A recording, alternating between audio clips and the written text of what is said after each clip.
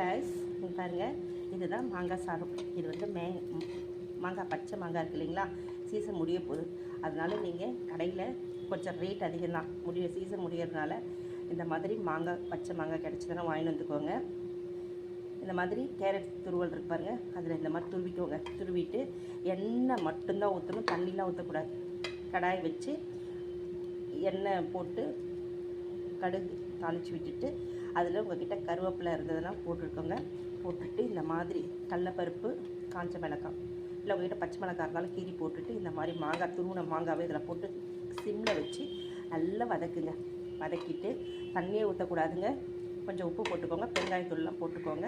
அவ்வளோதாங்க. கடலப்பருப்பு கொஞ்சம் வேர்க்கடலை இருந்தால் வேர்க்கடலை போட்டுக்கோங்க, முந்திரி இருந்தால் கூட நீங்கள் முந்திரி போட்டுக்கோங்க. போட்டுட்டு இந்த மாதிரி சிம்மில் வச்சு நல்லா வதக்குங்க. வதக்கிட்டு இந்த மாதிரி அடிப்பிடிக்காமல் நல்லா கலரி விடுங்க. சீக்கிரம் வெந்துடும். அவ்வளோதான். இதை கடைசியாக ஃபைனலாக கொத்தமல்லி போட்டு இறக்கிட்டு நீங்கள் இதில் சாதம் போட்டு பரட்டி பசங்களுக்கு கொடுத்து விடுங்க. மாங்காய் சாதம் இது பேர். செம்ம டேஸ்ட்டாக இருக்கும். இதுக்கு காம்பினேஷன் தான் இந்த உருளைக்கிழங்கு பொரியல். சூப்பராக இருக்கும்.